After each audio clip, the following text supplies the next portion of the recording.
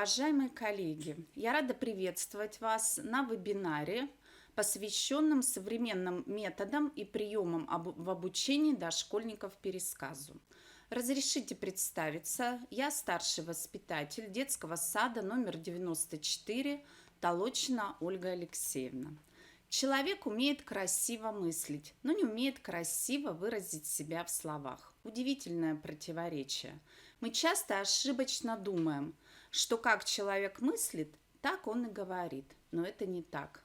Как порой бывает трудно высказать свои мысли, чувства, пересказать события или книгу.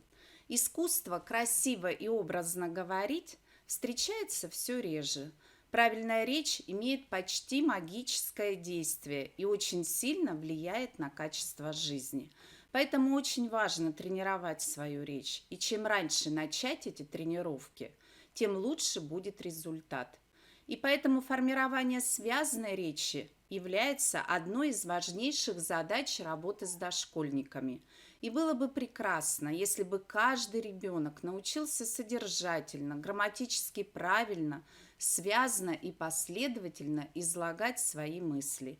И мы с вами, как педагоги, должны им в этом помочь. Что же такое связанная речь? Это не просто последовательность слов и предложений. Это последовательность связанных друг с другом мыслей, которые выражены точными словами в правильно построенных предложениях. Понятие «связанная речь» относится как к диалогической, так и монологической формам речи. Каждая из них имеет свои особенности. Диалогическая речь побуждает к неполным, односложным ответам. Монологическая речь, как речь одного лица, требует развернутости, полноты, четкости и взаимосвязи отдельных звеньев повествования. Выделяют несколько видов монологической речи. Это пересказ, описательный рассказ, составление рассказа по сюжетной картине, составление рассказа по серии сюжетных картин, составление творческого рассказа. Сегодня наш вебинар посвящен пересказу. В настоящее время при прослушивании различных вебинаров либо курсов повышения квалификации можно услышать мнение некоторых специалистов, что методика обучения детей пересказу больше относится к школьным, так как ребенка дошкольника тяжело замотивировать на пересказ готового текста. Данная методика признается как бы искусственной. Мы, как специалисты, которые работают с детьми с нарушениями речи, конечно, не можем согласиться с данными словами, потому что однозначно при обучении детей пересказу совершенствуется структура речи, звукопроизношение, обогащается словарный запас, развиваются внимание, слуховое восприятие и память, развивается языковое чутье.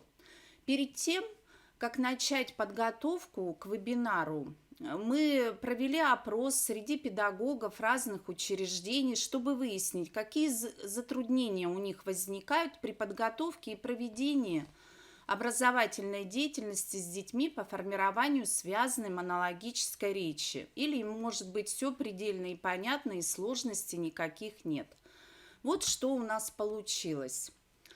Трудности у педагогов возникают в подборе текстов для пересказа, в построении системы вопросов, используемых при разборе текстов, в подборе интересных методов и приемов для обучения детей пересказу, в составлении технологической карты организованной образовательной деятельности с детьми. Мы надеемся, что сегодня мы поможем устранить эти недочеты, и вам станет легче проводить работу с детьми в данном направлении. Что же такое пересказ? Пересказ – это творческое воспроизведение литературного произведения близко к тексту. Психологической основой обучения детей пересказу является опора на сознательное запоминание дошкольниками текста. Дошкольники очень эмоционально воспринимают рассказы, и особенно сказки. Они легко входят в сюжетную ситуацию, могут представить себя на месте героя. Это помогает детям пересказывать сюжетную цепочку, передавать диалог героев. Вместе с тем, при пересказе у детей тоже возникает ряд трудностей. Дети хорошо пересказывают сказки, которые им читали много раз, но не всегда могут пересказать ранее незнакомый, только что прочитанный текст. Дети подробно пересказывают начало текста, но дальше часто пропускают действия или события, сворачивают концовку. Если в тексте много героев или событий, дети могут перепутать их последовательность. Дети не всегда могут передать диалог героев с помощью косвенной речи. Поэтому обучение дошкольников пересказу литературных произведений надо начинать с младшего дошкольного возраста. В зависимости от возрастной группы перед детьми ставятся разные задачи. Во второй младшей группе необходимо первоначально научить детей целостному восприятию текста. Важно приучить детей слушать текст от начала до конца. Малышам необходимо научиться следить за развитием сюжета, сочувствовать героям. В последующей, после чтения беседы, воспитатель подводит детей к воспроизведению текста. Дети овладевают совместным с педагогом пересказом литературного произведения. В среднем дошкольном возрасте ставится задача научить детей самостоятельно пересказывать сначала хорошо знакомые, а затем и новые произведения художественной литературы. При этом дети учатся передавать последовательно развитие сюжета, диалог героев. Дошкольников приучают ориентироваться на слушателей и внимательно слушать рассказы сверстников.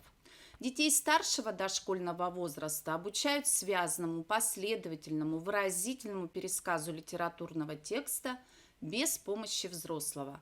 Старшие дошкольники уже могут оценивать чужие рассказы, отмечать их лучшие стороны и недостатки. Для успешного проведения занятий по обучению детей пересказу текстов важно правильно подобрать литературное произведение. Выбор текста обусловлен возрастными особенностями восприятия детьми произведений, а также уровнем речевых умений и навыков детей, целями и задачами по развитию связанной речи. Но самое главное, необходимо учитывать интересы детей. Важно, чтобы содержание произведения вызывало эмоциональный отклик. Конечно, как правило, все педагоги опираются на программу, которую реализует их дошкольное учреждение. Специалистами нашего учреждения были разработаны методические рекомендации по формированию связанной монологической речи дошкольников, которые содержат адаптированные тексты, в том числе и для пересказа. И, конечно же, вы тоже, опираясь на свою программу, которую реализует ваше дошкольное учреждение, можете пересмотреть тексты для пересказа, адаптируя некоторые из них к современным реалиям и, конечно же, интересам детей. Для первого этапа обучения в младшей группе рекомендуется брать хорошо знакомые детям сказки с несложным сюжетом. В основе сюжета, как правило, лежит повторение одного действия, которое совершают разные герои. Например, теремок, курочка, ряба, колобок. Диалоги в таких сказках простые, часто состоят из одной-двух реплик, которые повторяют герои. Воспроизведение повторяющихся действий способствует формированию у детей определенного типа предложения. Запоминание последовательности появления героев развивает логичность, последовательность изложения, вырабатывает у малышей умение следить за развитием сюжета. Развитие навыков диалогической речи и элементов монолога в среднем дошкольном возрасте позволяет использовать для пересказа ранее незнакомые произведения, которые впервые читают детям непосредственно на занятии по обучению пересказу. Это могут быть небольшие по объему сказки о животных, например, «Три медведя», «Маша и медведь». Также сюжетные рассказы по содержанию близкие опыту ребенка, в которых хорошо выражены основные структурные компоненты текста – начало, середина и конец. Старшим дошкольникам доступны для пересказа сюжетные сказки, например, «Гуси-лебеди», рассказы на нравственно-этические темы, рассказы описания природы, Тексты, составленные педагогом, сообщения бытового характера, рассказы о природе и жизни детей в детском саду. Таким образом, дети обучаются пересказывать произведения разных жанров, различные по типу и содержанию, что способствует развитию речевой выразительности, навыков связанной монологической речи. И сейчас я хочу передать слово своей коллеге, учителю-логопеду нашего учреждения, Кочура Елене Викторовне. Здравствуйте, уважаемые коллеги! Считается, что занятия по формированию связной речи очень сложны и крайне неинтересны для детей дошкольного возраста. Но если подобрать интересные методы и приемы, можно превратить их в увлекательное мероприятие. Сегодня мы с вами рассмотрим классическую структуру занятия по обучению пересказу. Но данная структура может варьироваться, исходя из интересов детей и замысла педагога. В структуру занятия по обучению пересказу входит организационная часть с включением вводных подготовительных упражнений, чтение произведения, разбор текста языковой и содержательный, пересказ текста, упражнения на усвоение и закрепление соответствующего языкового материала и анализ детских рассказов. Целью подготовительных упражнений является организация внимания детей и подготовка их к восприятию рассказа. Слышала звук полицейской машины. А вы когда-нибудь слышали звук полицейской машины? Я И сегодня я шла на работу и услышала звук полицейской машины. И когда подошла поближе, вдруг увидела, что что-то на дороге не в порядке. Как вы думаете, что могло случиться? Дядя врезался в полицейскую машину. Так, а еще что может быть такое? Еще он может же быстро поехать. Так, хорошо. Дядя может ехать. Какой дядя? Какой дядя? Водитель. Водитель. Водитель может ехать быстро, а если заработал, а водитель не успел затормозить, он поискался за светофором. Ага, ребят, столько вы мне предложили вариантов разных. А хотите узнать, что было на самом деле? Также мы можем предложить детям отгадать загадки о персонажах произведения, задать проблемный вопрос, уточнить значение отдельных слов и словосочетаний, содержащихся в тексте. Знаете, что такое заплатка вообще? Это которые он взял, нарисовал отводку и пошел гулять. Так, ты так думаешь. Валера, а ты как считаешь, что такое заплатка? Это какой мальчик разорвал штаны. Когда мальчик разорвал штаны, да? Так, а еще какие предположения? Я думаю, что мальчик, он просто это вырезал и хотел пришить. Пришить, совершенно верно. Заплатка – это кусочек ткани, да, или материи какой-то, которую пришивают на дырочку. Вот смотрите, у нашей куклы порвались штанишки. Мы можем взять кусочек ткани и аккуратно пришить. И дырки видно не будет. Этот кусочек ткани называется заплатка. Давайте все вместе повторим. Проведя подготовительные упражнения, мы переходим к чтению текста. Он прочитывается дважды в медленном темпе. При повторном чтении рекомендуется использовать прием завершения детьми отдельных, незаконченных педагогом предложений. Автомобиль. И мне нужна будет ваша помощь. Я буду начинать, а вы будете продолжать. Правильно, Вика. Готовы? Да. Когда Вова с Мишей были совсем Маленькие. Они хотели прокататься на автомобиле. Хорошо, а теперь попробуем по одному. Садитесь поудобнее. Сколько они не просили шоферов, но... Кто поможет? Вика? 7 Все отказывали. Кто отказывал? Ну, шофер и еще кто-нибудь.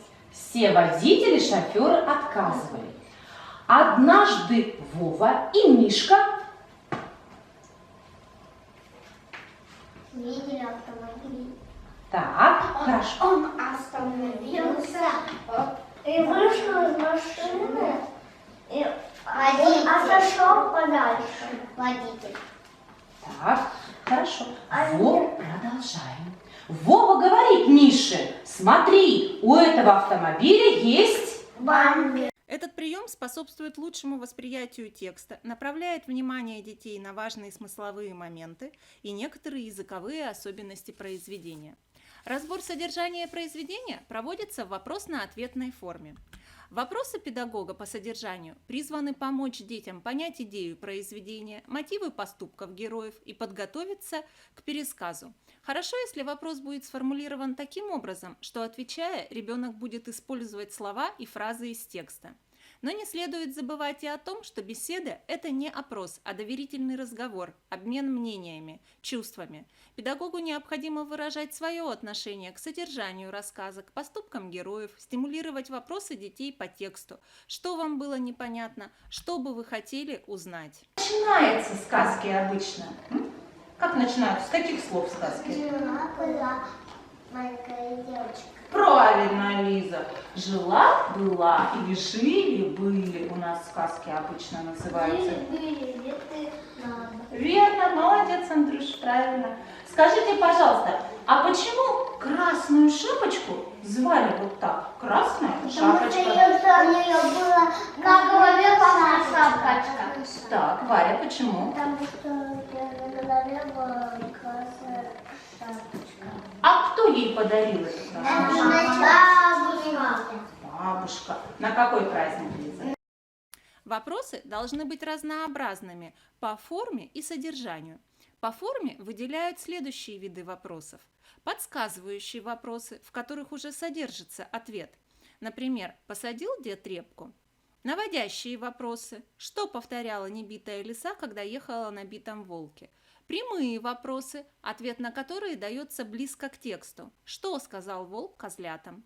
Косвенные вопросы, на которые можно дать несколько правильных ответов. Кого встретил колобок?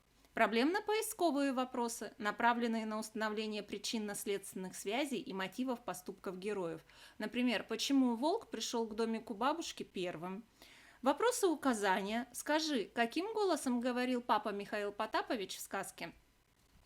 Цепочка вопросов. Сначала расскажи о том, как баба испекла колобок, потом кого колобок встретил в лесу и затем, чем закончилась эта сказка.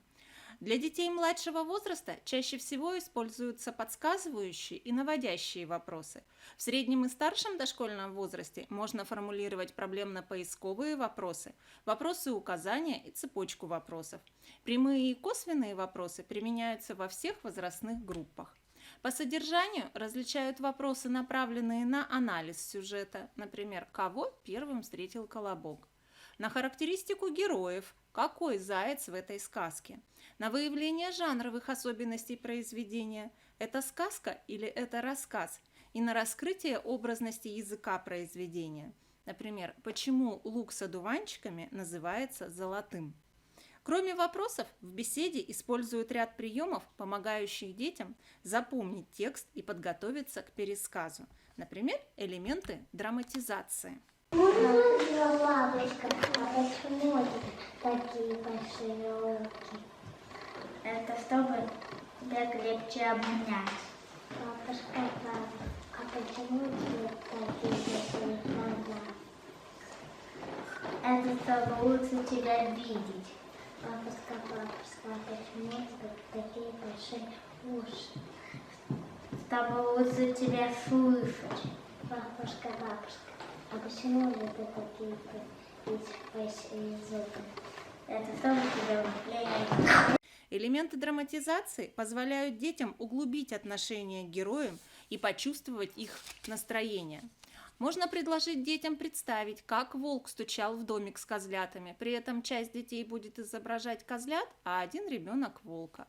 Также можно использовать прием словесного рисунка, который способствует развитию воображения детей и формированию связанной монологической речи. Это может быть портрет героя. Например, можно предложить детям описать, как выглядела красная шапочка, или зарисовка места действия. Также можно предложить детям описать лес, в котором заблудилась Машенька. Также используется инсценировка диалога героев. Да, выходи, Варя, ты будешь мамой, а Макар будет Вовой. Выходи. Макар, выходи сюда. Вот тебе штанишки.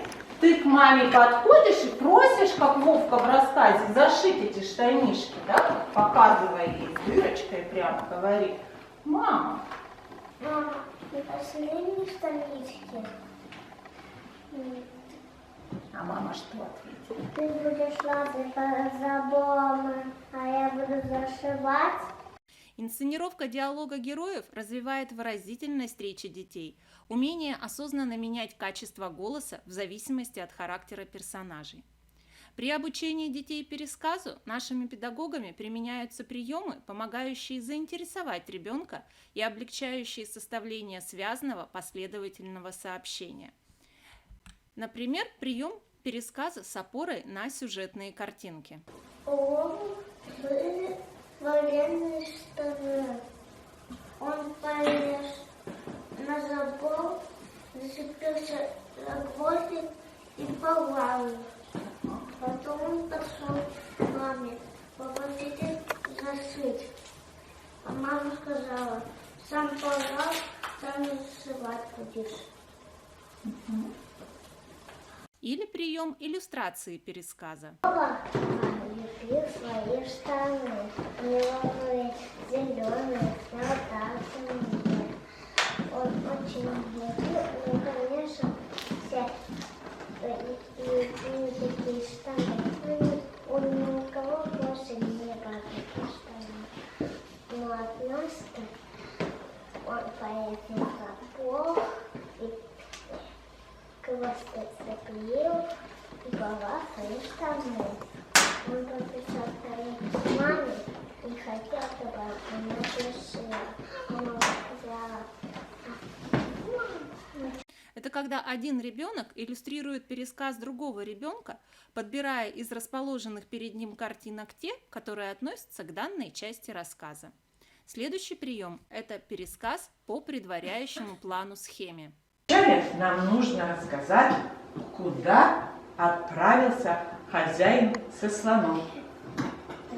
Затем вы будете рассказывать, кто напал на них. И закончите рассказ о том, как слон спас хозяина. Опорные вопросы к тексту даются в виде развернутого словесного плана перед началом рассказа. Еще один прием – использование детского рисунка. Снежинка после всех приключений сказала Маше, что послушной быть хорошо, играть со всеми, помогать, слушаться родителей. Данный прием имеет непосредственное отношение к интегрированным занятиям. После чтения и разбора текста по вопросам педагога детям предлагается выполнить рисунок по выбору на сюжет рассказа, после чего они самостоятельно составляют пересказ фрагмента произведения на основе своего рисунка.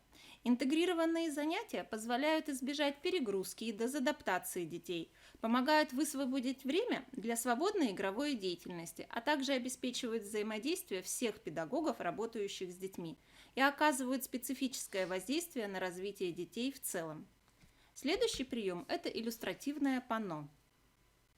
Иллюстративное панно с красочным изображением обстановки и основных деталей, с которыми тесно связано развитие сюжетного действия произведения. Такие опорные объекты располагаются на картине панно в линейном ряду, соответственно последовательным эпизодам рассказа или сказки. Или панно могут составить сами дети, выбрав соответствующую картинку или опорное слово. Мы прослушали очень интересный рассказ о том, как слон спас своего хозяина. И сегодня мы попробуем об этом рассказать без слов. А что нам в этом поможет? Картинки. Картинки. Возьмите, пожалуйста, картинки и встаньте так, как было в рассказе. Что было сначала, а что было потом. А вот что хозяин. Видишь?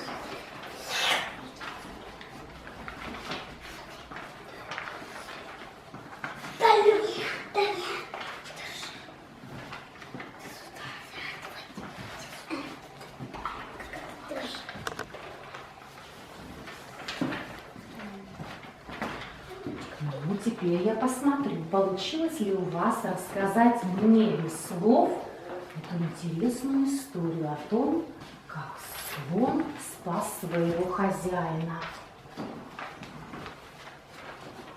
Как вы думаете, получилось? Иллюстрирование проводится с помощью предметных и сюжетных картинок, опорных слов на панно. Демонстрационное панно используется для иллюстрирования ребенком пересказа. Раз он и хозяин пошли в лес за дровами. За дровами, Леночка.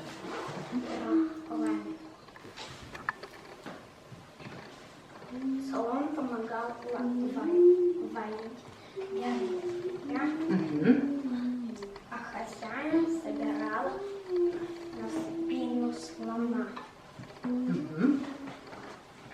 Слон остановил.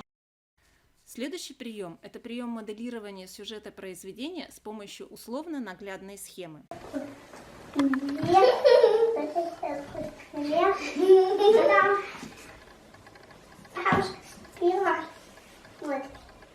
Вот крута, а он обсуждает.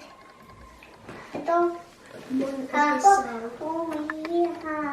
не послушался бабушку и уехал, а ему навстречу заяц. Зайчик-попугайчик. Заяц сказал: я тебя съем, не ешь меня, заяц. Я тебе песню пою. Я колобок, я от бабушки ушел, я от дедушки ушел, я от тебя, заяц, ушел. И покатился дальше колобок. Мы навстречу волк. В основу данного приема легли игры вайтой, позволяющие сочетать обучение с движением. Для составления схемы используются блоки-квадраты, которые после чтения и разбора текста заполняются силуэтными черно-белыми изображениями персонажей и значимых объектов, соответствующими каждому из последовательных фрагментов эпизодов. Также мы можем использовать презентацию на занятии по обучению пересказу. А хозяин Грузил грузил их на слона. Что случилось дальше? Слон перестал слушаться хозяина, и хозяин взял палку и начал бить слона по ушам. Потом слон посадил хозяина себе на спину, а хозяин подумал: так будет мне его еще удобнее бить по ушам. Правильно. Из-за кустов. Данный прием способствует повышению интереса к занятиям, развитию восприятия и вербальной памяти, речемыслительной деятельности детей. В качестве варианта структуры занятия по пересказу с применением презентации предлагается следующий. Предварительное чтение текста, просмотр презентации в сочетании с прослушиванием текста, причем текст может читать педагог или звучать аудиозапись. Просмотр кадров, сопровождаемых ответами детей на вопросы, и пересказ текста по фрагментам. Прием пересказа по цепочке или выборочный пересказ. Красная шапочка. Мама, у мамы была красная девочка, и ей подарила мама на день рождения шапочку красную.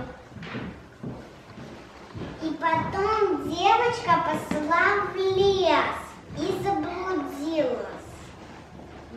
И встретила она волка.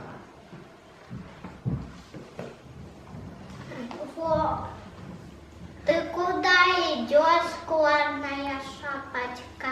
Я иду к бабушке. Давай, кто? Вы что? Так, бабушке придет. Вот посадные койотки, а крестная савочка посадные длинные. По мере роста речевых возможностей детей при пересказе отдельных произведений, помимо обычного воспроизведения текста, дети овладевают некоторыми доступными приемами его языковой трансформации. Что? А мама мне сказала, что ты будешь по заборам лазить? А я засыпать должна? Ну, мам, засей, я не буду больше. Сам засей, сам сумел порвать, сам сумел засыть. А я сказала маме, я так буду. Мы с вами увидели, как ребенок пересказывает текст от первого лица вместо авторского третьего.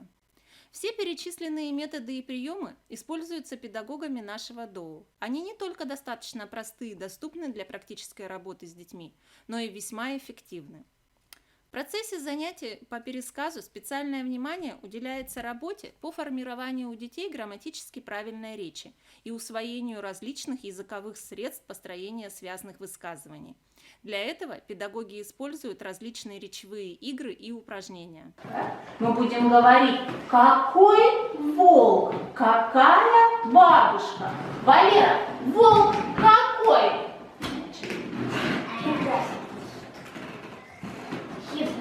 Хитрый. Андрюша, волк какой? Как про него еще можно сказать? Злой, давай. Макар, волк какой? Мячик лови, ручки готовь. Хороший.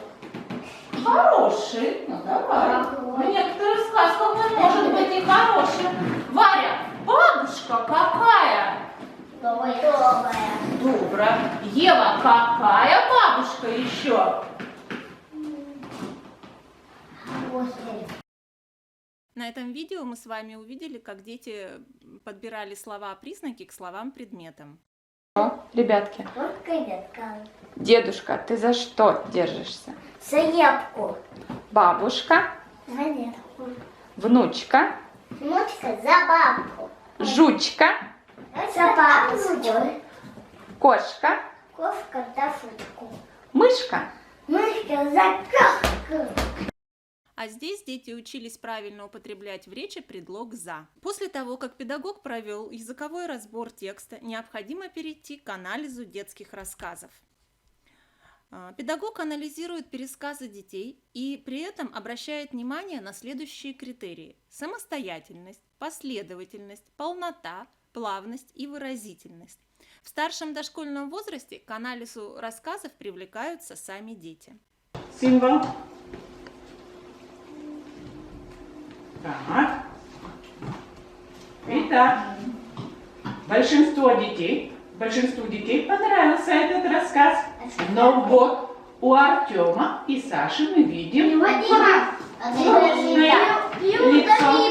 Что непонятно, Саша, было тебе в рассказе у Мансурбека? И он немножко путал уже и немножко словами говорил. И можно пришлось помогать. Ему пришлось помогать. Артем. И потому что он не сказал некоторые слова. Сказал некоторые слова. Ага. Так, хорошо. Процесс овладения связной речью не заканчивается для ребенка в дошкольном возрасте. Обогащение словаря, развитие грамматически правильной речи, совершенствование умения выражать свои мысли, интересно и выразительно передавать содержание художественного произведения будут продолжаться в школьные годы и на протяжении всей жизни. В заключение нам бы хотелось сделать небольшой обзор методической литературы по обучению дошкольников пересказу. В своей работе мы используем методические разработки следующих авторов. Глухов Виктор Петрович. Методика формирования связной речи детей дошкольного возраста. В данном пособии подробно расписаны методические приемы по формированию связной речи детей старшего дошкольного возраста. Представлены конспекты занятий и тексты для обучения различным видам рассказывания. Методические пособия Гамзяк «Говорим правильно» в 5-6 лет и в 6-7 лет. В данном пособии представлены конспекты организованной образовательной деятельности по развитию связной речи, картинный материал и адаптированные тексты. Пособие Коноваленко «Формирование связной речи и развитие логического мышления». В данном пособии значительное внимание уделено обучению детей диалогу как начальному этапу в развитии связной речи, составлению различных видов плана, запоминанию и рассказыванию по плану и развитию логического мышления. Пособие Лебедевой, Кулаковой и Козиной. Здесь представлена система занятий по обучению детей пересказу на основе детской литературы о природе и о животных с опорой на графические схемы. Методические разработки Нищевой Натальи Валентиновны. В методическом пособии представлены методы и приемы развития диалогической и монологической речи, описаны виды занятий, представлены конспекты и беседы, а также картинный материал и рабочие тетради по обучению детей пересказу по опорным картинкам. В них представлены адаптированные для дошкольников рассказы русских писателей, вопросы для организации бесед по ним, подборки опорных картинок и тексты для организационных моментов. Несмотря на то, что представленные методические приемы адресованы для работы с детьми с общим недоразвитием речи, они прекрасно подходят и для работы с детьми в ДОУ общеразвивающего вида. Спасибо за внимание и до новых встреч!